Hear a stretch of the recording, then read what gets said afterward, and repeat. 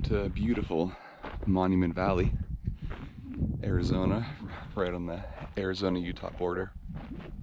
We're here for the Monument Valley Marathon today at the Monument Valley Navajo Tribal Park, and just being treated to a beautiful sunrise right now. It's awesome. So we're going to be getting going here in a couple of hours, but I've just been out here enjoying the show, so I thought I'd lead off the video with this.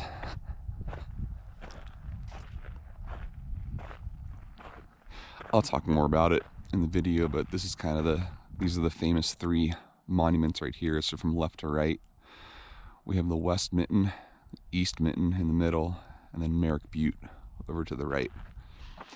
And Monument Valley is just filled with buttes and monuments and rock formations. They all kind of have their own names and significance to them, but these are the three main ones that you see from the observation deck, which is up there. Staying at the cabins down here, which are a great place to stay if you're ever at Monument Valley, especially if you can get a premium view, which is the ones that are unobstructed, not those ones with these ones, because you wake up to this and it's just stunning. So probably stay out here for a little bit longer and then start getting ready.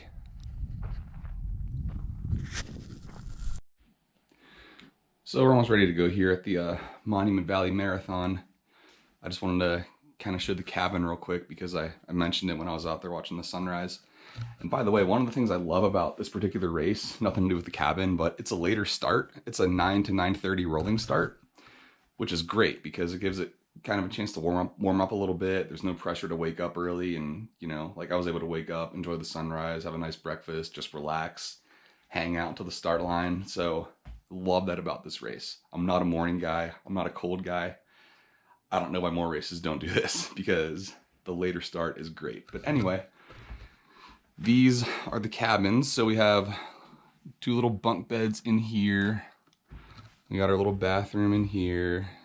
And it's all pretty new. It's just really well done inside, in my opinion. But the big selling point is this right here. So this is the window that overlooks your private balcony, overlooking the buttes. And I mean, you just cannot beat waking up and having the sunrise over that right outside your window. It's so awesome. So if you're ever in Monument Valley, highly, highly, highly recommend staying at these cabins. And they're really not even that expensive. Like, compared to a regular hotel, it's almost the same. So highly recommend. And so I just wanted to show that. I'm gonna get ready to go. We'll see you guys at the start line. 2, 3, go!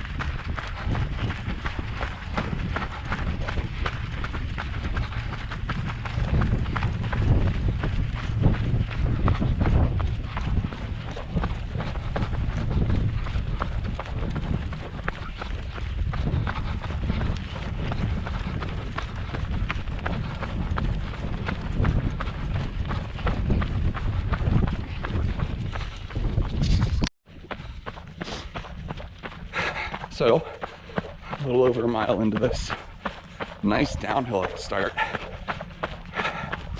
Did like a 7:40 mile, trying to hold back because even though it's quote unquote just a marathon, it's still 26 miles. Next we see Merrick Butte to the left. Very pretty.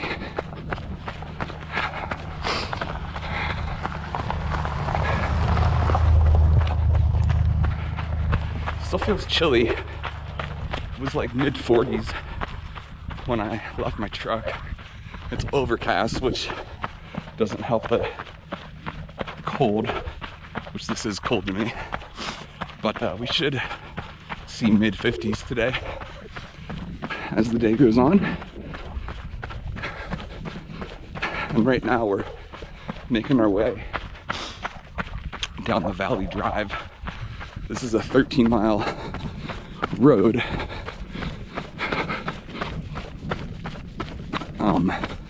That you can take your car down, and it stops at various overlooks. The half marathon course just follows this road. The full marathon course, we're going to fork off at some point and go into some of the backcountry here at MV. So looking forward to that.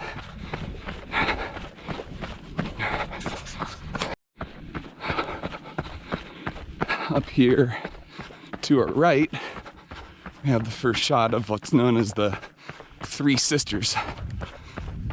There's three really tall rock spires at the end of that mesa.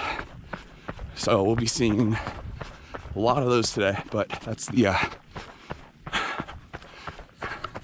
first sight of them. And it's like everywhere you look here, you just see different formations. It's really beautiful.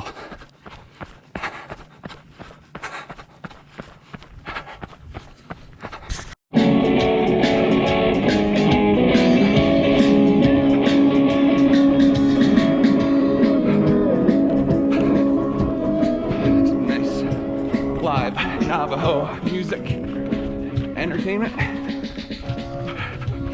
as we're running past the Rain God Mesa to our left.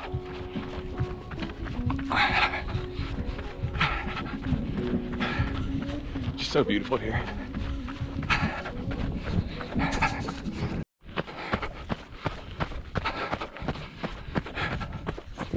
So a little over 5 miles in, we made the turn off a little bit ago to get on the backcountry roads here at Monument Valley. So we're off the main Valley Drive. We're going to be following these dirt roads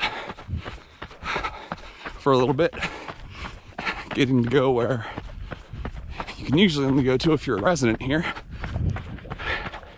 You can see some of the people over there that live here.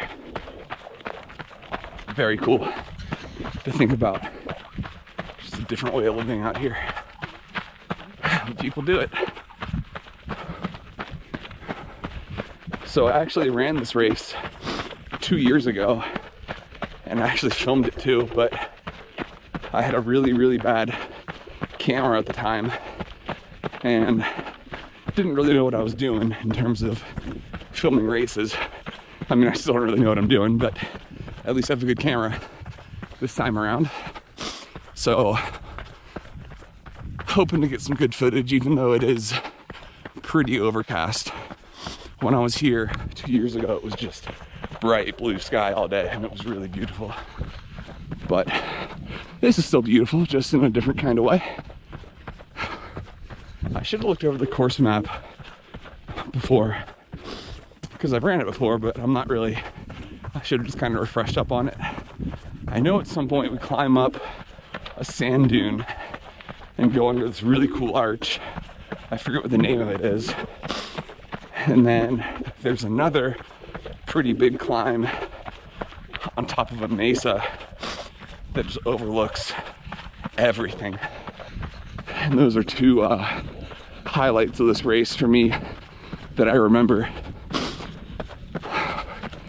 So I'll be looking forward to both of those. And I actually, I don't know if you can see, but put gaiters on for this race, which I don't usually do, but there is a lot of sand and loose dirt that we go through. Those are the markers that we're following.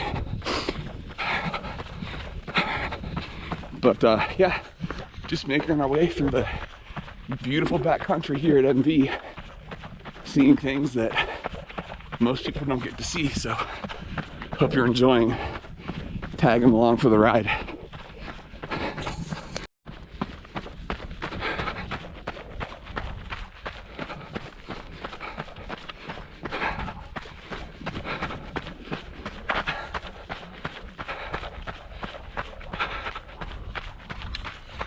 Someone's residence. Some dogs over there. Horses back there. It's pretty cool. I couldn't imagine what it'd be like to live out here. Just the nighttime skies and everything like that. It'd be crazy. Yeah, it's awesome. So we got Big Hogan right here. Cool little arch inside of a cave. And here we have Moccasin Arch. Wow, look at that. That's pretty awesome. It's a struggle. I'm trying to juggle filming, taking phone pictures, and run somewhat efficiently, but there's all these cool things to look at. Like, look at that arch slash natural bridge up there. I'm just running towards the sign to see what it's called. Sun's Eye. The Sun's Eye up there. Beautiful.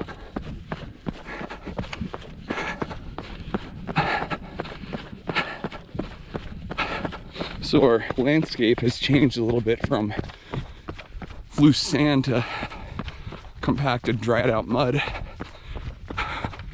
which was pretty good. It's just a little bumpy. But the sand in this course can be brutal. So this is a welcome change for the moment. And we're just enjoying these wide open views down here. Down at the bottom of Monument Valley in the backcountry. Pretty small race. I heard the race director say, I think 56 sign up for the marathon. I knew they were going to cap it at 100, but it looks like we got about half that. But it's cool. It's not crowded at all, which I like. And yeah, no complaints here. This is beautiful.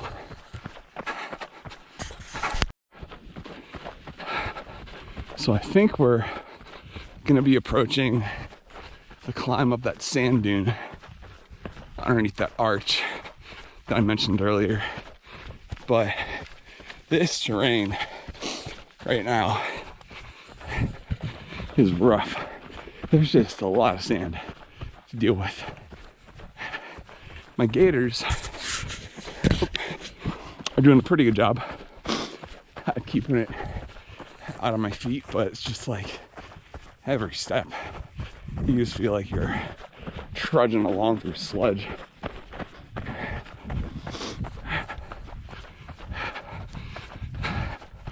But it is beautiful back here and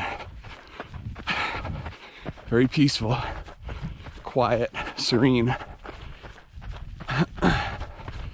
And I kind of feel like I'm the only one out here on this course, even though I'm sharing it with 50 some other people. But right now this is pretty awesome to be back here. Very thankful to get to do this.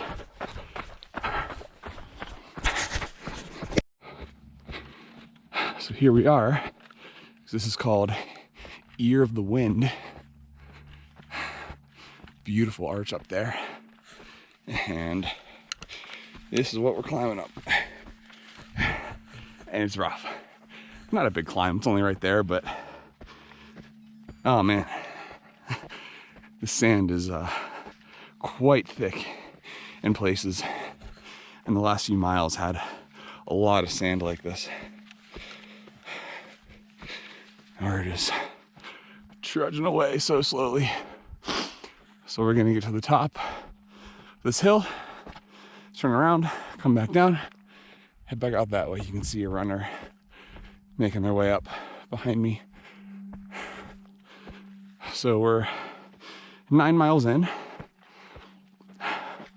So a little over a third of the way done here. The next big part we're doing is the climb up to the top of the mesa. Then we'll be back on Valley Drive for the remainder. So here we are. I'm gonna get some pictures.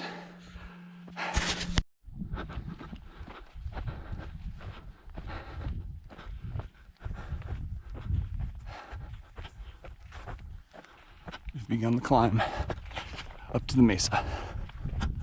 Checking out the top. We made it to the top of the climb. And here we are up on this mesa. I'm not sure what the mesa's called, but here's a little turnaround. And it is just beautiful up here. You can just see for miles and miles and miles and miles. Quite awesome.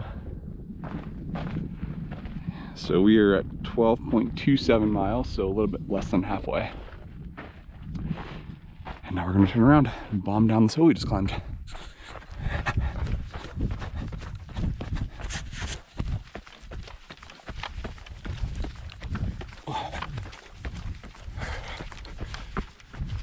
Nice job.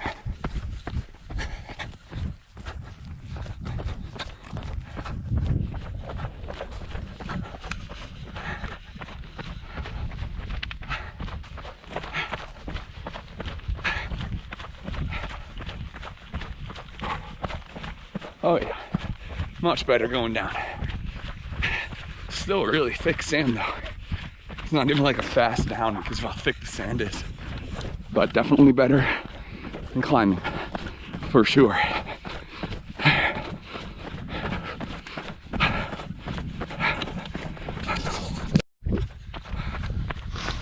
Alright, certainly happy to be back on some kind of a more compact dirt surface. Really pretty rocks up ahead, and as I say that, it turns back into sand, of course. I just wanted to check in. I'm at 13.5 miles, 2 hours 25 minutes. So my goal into this was try to get sub 5. I think it's still doable, especially all the sections back there, up those climbs and through all that sand. Those are the harder sections for sure. Once we get back on the main Valley Drive, the terrain will be more runnable for the most part. The only thing, not the only thing, but I guess the biggest thing that's left is going to be that last mile or two climbing up out of the valley. Good 500 or 600 foot climb or so. But I still feel good. I've been pacing myself pretty well. It's warmed up a little bit, which is nice. The sun's just trying to poke through. Can feel it a little bit. But yeah, and if I get over 5, I'm not gonna be crushed. But sub 5 would be cool. I think that would be a new trail marathon PR if I got under 5. So we'll see. We'll try to keep this up.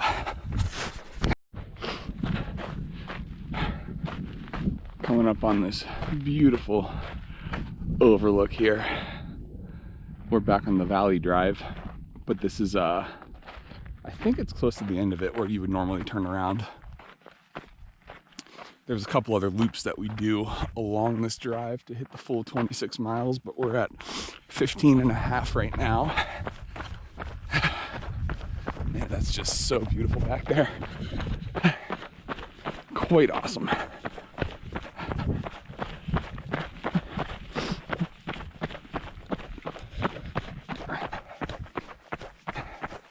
starting to run into some of the half marathoners that are just doing the 15 miles on the Valley Drive.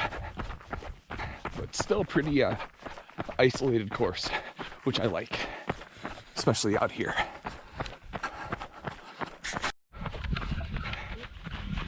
Coming up on something over here, some kind of horseback tour, something like that. Let's see, this is John Wayne Trail up there. A little horse corral, very cool. About 19 and a half miles in, 3 hours and 28 minutes. Still making a good time as far as my sub 5 hour goal goes. We've been on the Valley Drive road for a while. I'm not sure if I mentioned that or not in my last video, but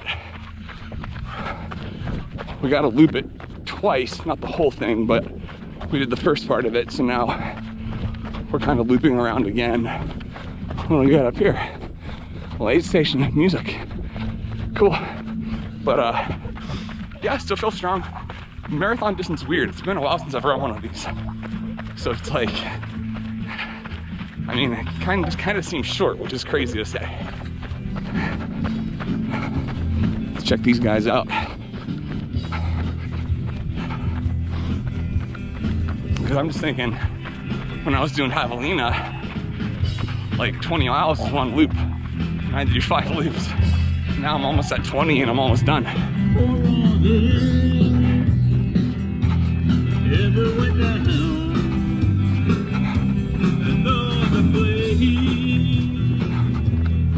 Cool. Well, we're gonna keep plugging away here.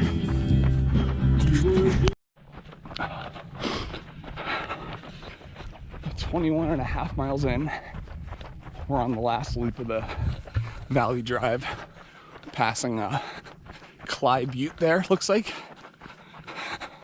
Thing's huge. It's awesome. Feeling a little tired. Sand's starting to wear me out. But there's a gradual climb. I wouldn't even call it a climb, it's just a steady uphill to this aid station here, a mile or so. Then I'll be down for a little bit, for maybe a mile or two. And the last climb to get out of the valley back to the visitor center, and we'll be done. See the Three Sisters up ahead that we saw earlier. The sun's pretty much out. Nice to see a blue sky finally today. Just makes the monuments that much more pretty, in my opinion, against that blue sky. So we're gonna keep banging this out, get through it. Well, almost about to hit mile 25, so basically the last mile of this thing. Starting the climb up out of the valley. It's pretty funny because my first mile, by far my fastest, on this nice steady downhill going into the valley, and I'm pretty sure my last mile is gonna be my slowest. But it's okay. I'm at 4 hours, 32 minutes, so barring a complete and total disaster of a breakdown, I'll be well under 5 hours, which I'm pretty happy with. But yeah, there's the visitor center right there. Finish line is just in that parking lot. We just got to knock out this climb and let's see how slow we can make our last mile here. Made it up the climb. Last mile's rough, but here we are at the finish at 25.83. A little bit short of 26.2, but that's okay.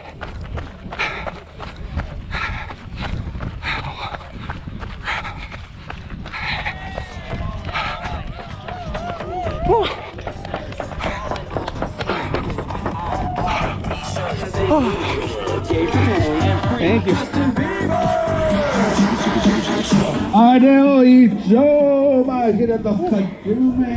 Right, did it.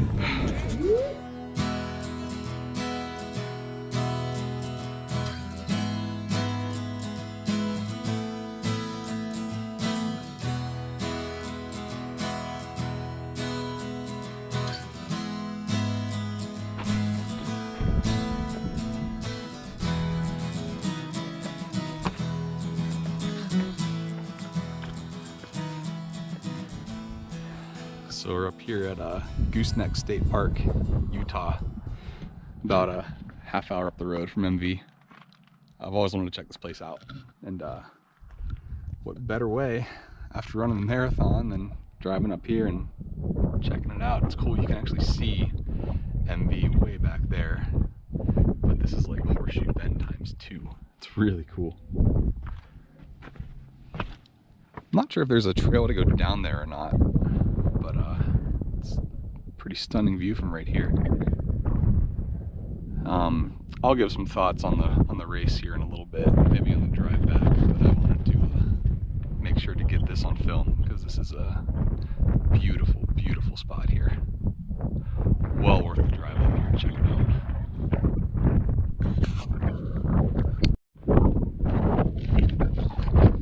I'm still out here at Gooseneck. I figured I might as well do the recap video now while I'm out here. I've just kind of been wandering along the rim up here, taking in these views. I'll show you guys again. The wind's starting to pick up, so it might not be the best time to talk, but hopefully it'll die down here. This is just awesome. So this actually horseshoes twice. This is the first one, and then it goes around and over again.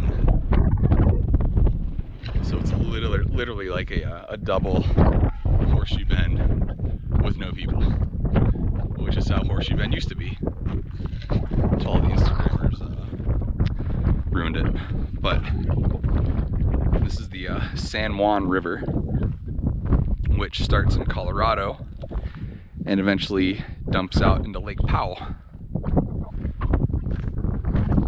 And this is just a beautiful spot. But about the race, pretty good day for me. You know, I wanted to break 5. I ended up getting 4:48. That's unofficial, just based on my watch, but you know, well under 5 regardless. I think I might have negative split that race. I'll have to look at the numbers. There's not a lot of service out here, so my phone can't connect to Strava, so I haven't really gotten to look at the data yet. But I either negative split or it was pretty darn close to being equal. I think I made a video where I was at like 13.5 at 2:30. So based on that, I think I might have negative split, which I usually don't do in these longer races, which I guess a marathon's still a longer race. The pacing for a marathon is so weird after you do bigger distances. Like, marathons are great, don't get me wrong, and it's a big accomplishment to run one, but you know, even compared to like a 50 miler, a marathon just seems so much shorter. And like, I got to mile 20 and I was like, hey, I'm almost done. You know, it's just a 10K from here. Whereas in an ultra, it's all about pacing yourself to get through the day. You know, and you got to think about so much other stuff. You know, having lights for when the sun goes down, having calories, staying hydrated. Whereas for this race, I had 2 gels, and that's it, and then just water, some tailwind. But like, I didn't refill anything at the aid stations. I just ran through most of them all, because you can kind of get away with it, you know, unless you're, you know, running hard for the whole marathon distance, which I ran pretty good today for my ability. I wouldn't say I ran like super hard. I averaged about, I think, a low 11-minute mile throughout the day.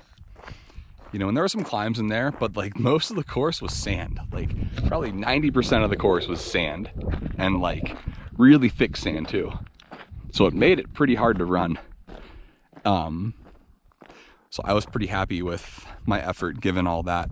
When I ran this course 2 years ago, I think I finished in around 5.5 hours. So it's a pretty nice improvement over that time, this time around. So yeah, it was a good course. Definitely a good trail marathon. Even though it's mostly on dirt roads and Jeep roads and that sort of thing, there's not really any single track. I'd still consider it a trail marathon. It's definitely not a road marathon. There's nothing paved at all. You're running on dirt and sand the whole time. And it's a really cool way to see Monument Valley. I mean, it's a totally different experience running through that area compared to driving through it. So especially if you've never been out here, I'd recommend doing this race for sure. They do have a Monument Valley Ultra, which features a 50-mile distance. They hold that in March. I haven't looked into that one too closely, but that's probably something that I'll want to do eventually. Just check it off the list. Monument Valley is so beautiful. It's like any excuse to get up here and spend some time here, I'm going to take it. So yeah, it was a good race. Pretty well marked. There were a couple intersections in the backcountry section that I thought could have been marked better, but for the most part they did a pretty good job. They actually had people there at the intersections, you know, actually instructing you, you know, turn left here or go straight here or whatever it was. There were 2 intersections in particular that didn't have that, and there was one I remember right before that first climb up that sand dune to get to one of the arches. I can't remember the name of it, but there was an intersection and there was a pink flag here and a pink flag there, and they were both the same. I figured left was the right way to go because that just seemed logical given the loop. Plus there were footprints in the dirt there compared to the other way where there weren't any. But that one was not well marked. But other than that, everything was pretty well marked back there. And the aid stations were limited, to be honest. But, you know, if you went into this race self-sufficient, it wasn't a big deal. Like, I had my pack with me and I had basically enough to carry me throughout the race. The aid stations had just water, Gatorade, and gels. That was about it. I think some of them had some oranges, but not much more than that. But again, I mean, it's different than, you know, your trail ultra, where they have real food, and I guess that's kind of what I'm used to now. So for a marathon, I guess it was okay. And it's weird, like I feel fine after this. It's just like I just kind of went out for a run this morning. You know, like just another long run, which is funny because some of my long runs in training are marathon distance or greater. So it's kind of what it is now. It's just funny how your perspective changes after you get a little bit more experience with ultra running. You know, just go out and casually do a marathon and feel fine afterwards. Maybe that means I didn't run hard enough, but I felt like I did give a pretty good effort today, so I'm not going to say that. You can see the buttes off in the distance. So I'm going to hang out here for a little bit more. This would be a great place for sunset. I don't know if I want to stay here for that because I want to get back to my hotel and, you know, I can at least take in a sunset at Monument Valley, but this would be an awesome place to watch sunset. It'd be beautiful. But yeah, I'll hang out here for a little bit more. And I might do the Wildcat Trail before leaving Monument Valley tomorrow. That's a 4-mile loop around the West Mitten. Beautiful trail. So maybe I'll get some bonus footage of that before I go. Probably will. So, but if I don't, I'll just say thanks for watching, even though I'm probably going to get more footage tomorrow of Wildcat Trail. So I want to sign off and enjoy Gooseneck State Park a little bit more. And see you guys later. I descended down the hill a little bit just to get a closer view. So this is probably as far as I'm going to go, considering that's the next drop off. But this is awesome down here. Well worth it. That's when I climb down. So that'll be fun going back. It actually wasn't too bad at all. I mean, there was a pretty well-defined path. So I'm not worried about climbing out. This is just so beautiful. And the cool thing about this is, like, there's no guardrails or no like signs saying keep off or anything like that, like there is at Horseshoe Bend now. This is like an untamed, I've said it, you know, a couple times by now, but it's like an untamed Horseshoe Bend that's doubled. That isn't filled with tourists and Instagrammers. This is awesome. So glad I made this trip. Okay, I think this is actually the last video footage I'm gonna get here. So yeah, I'm gonna sign off. I'll see you guys later.